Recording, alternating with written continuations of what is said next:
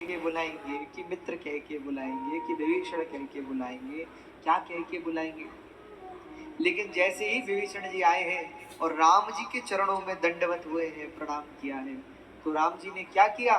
राम जी ने विभीषण जी को प्रणाम करने नहीं दिया, उठा लिया और उठाकर हृदय से लगाकर कहा, हे लंकेश।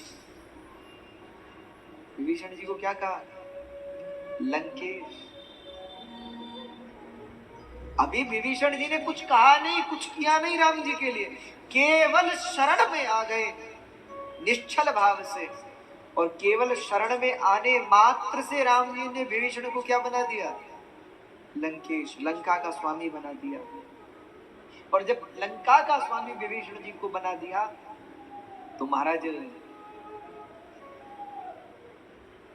गोस्वामी जी ने वहां उस प्रसंग में, विभीषण शरणागति के प्रसंग में एक दोहा लिखा है, जो संपत्ति शिवराव नहीं दीनी दिए 10 मात, सो संपत्ति रघुनाथ ही सकुच, सो संपत्ति विभीषण ही सकुच दीन रघुनाथ।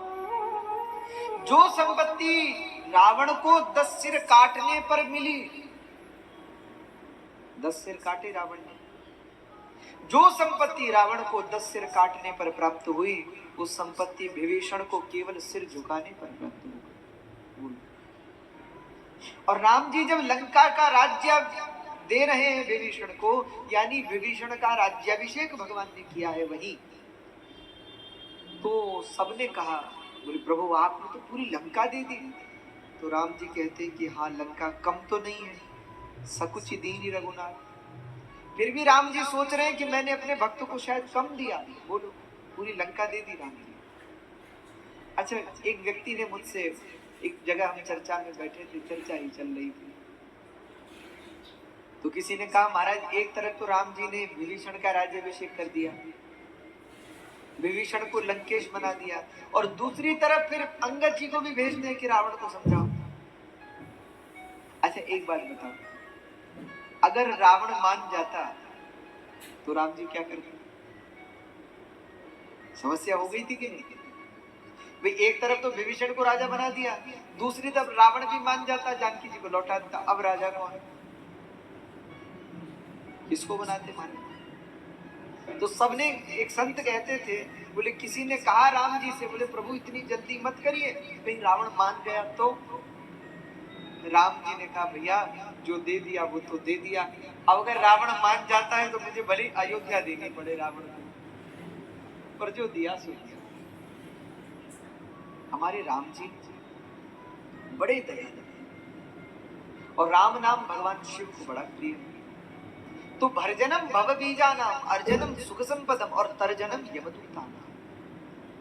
अंतिम काल में यमराज के जो दूत है ना, राम नाम लेने वाले से दूर रहते हैं, उसके बाद नहीं। तो तरजनम यमदूता नाम, श्री राम रामेति गर्जनम, ऐसा राम नाम का प्रभाव है।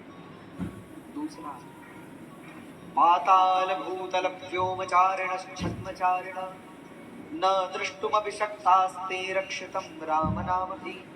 जो कोई राम नाम का नित्य जप करता है, शिव जी को राम नाम सुनाता है, जिसके कंठ में सदा राम नाम विराजमान रहता है, उस व्यक्ति पर किसी की कुदृष्टि का प्रभाव नहीं होता। पाताल भूतल व्योमचारिण छद्मचारिण, पाताल में रहने वाले हो, भूमि पर रहने वाले हो, निशाचर हो या आकाश के देवता ही क्यों ना हो, न दृष्टुमपि शक्तास्ते रक्षितम राम नाम भी। कोई कुदृष्टि भी नहीं कर सकता जिसके मन में राम नाम है, उसे कुछ करने की जरूरत।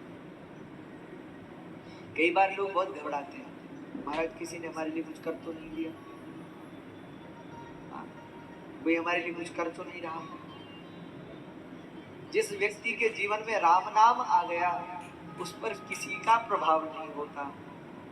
इसीलिए जो सब तंत्र मंत्र शंकर जी से प्रकट हुए हैं, वो भगवान शंकर भी अपने कंठ में कौन सा मंत्र धारण करते हैं?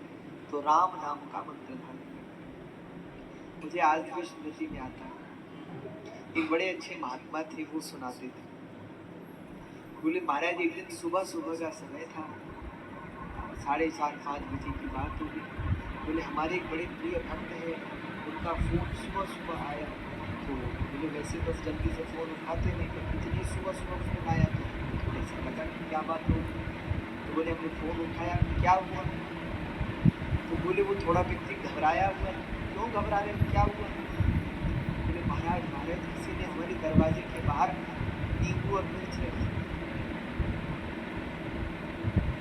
अच्छा अच्छा, तो अरे बोले महाराज तो किसी ने नींबू और मिर्च हमारे घर के बाहर दरवाजे पर रखी है। तो महात्मा बोले तो अच्छी बात, थोड़ा धनिया और ले आओ।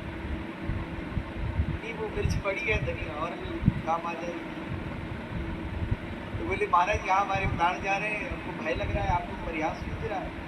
अरे बोले भैया जो भगवान का शरणागत है त्रिभुवन में कौन उसका कुछ नहीं कर सकता। अगर तुम सच्चे अर्थ में भगवान के प्रति समर्पित हो तो जो व्यक्ति भगवत शरणापन्न होता है किसी प्रकार का तंत्र मंत्र यंत्र मरमंत्र मरभय उसको पीड़ित नहीं करता। जिस पर भगवान का ही हाथ हो, जिसके मुख में भगवान का नाम हो, संसार में कौन उसको बाधित कर सकता है, कौन उसको कुछ नहीं कर सकता। हमारे हनुमान जी के पास अष्ट सिद्धियां नवो निधियां है, लेकिन हनुमान जी की मूल शक्ति क्या है? जब आप हनुमान चालीसा पढ़ते हो तो क्या हम कहते हैं हनुमान जी के पास सबसे बड़ी शक्ति प्रभु मुद्रिका जल दिलांग गए, जिसके मुख में राम नाम की मुद्रिका है, संसार में बड़े से बड़े भव सागर को बुद्धि पार नहीं जाता। जिस व्यक्ति के मुख में भगवान का नाम और हृदय में भगवान का स्मरण है, जगत में कौन उसका मुख बिगाड़ सकता है? आप अगर देखो तो 3 वीरों का वर्णन है रामचरितमानस। एक है वीर, कौन? बोले लक्ष्मण। लक्ष्मण जी को वीर कहा गया है, लक्ष्मण जी वीर है। पर एक बार लक्ष्मण जी को भी शक्ति लग गई, यानी वीर लोग भी कई बार पड़ जाते हैं, तो लक्ष्मण जी को भी शक्ति लगी। दूसरे उनका नाम है रघुवीर, कौन? बोले राम जी। उनको भी एक बार पाताल लोक में ले गया अहिरावण। तो वीर भी संकट में हो सकता है और कई बार रघुवीर भी संकट में आ सकते हैं। पर एक तीसरे हैं जिनको हम कहते हैं महावीर विनवौ हनुमाना। तीसरे हैं महावीर जो कभी संकट में पड़े ही नहीं। आपने कभी सुना कि हनुमान जी पराजित हुए? आपने कभी सुना कि हनुमान जी संकट में पड़े? हनुमान जी को कभी कोई संकट नहीं आया। क्यों? क्योंकि जिसके मन में, जिसके मुख में भगवान का नाम हो, जिसके हृदय में भगवान का ध्यान हो, वो कैसे संकट में आ सकता है? इसलिए हनुमान जी कभी संकट में पड़े ही नहीं। ये भगवान के नाम का प्रभाव है, नाम का चमत्कार है। तो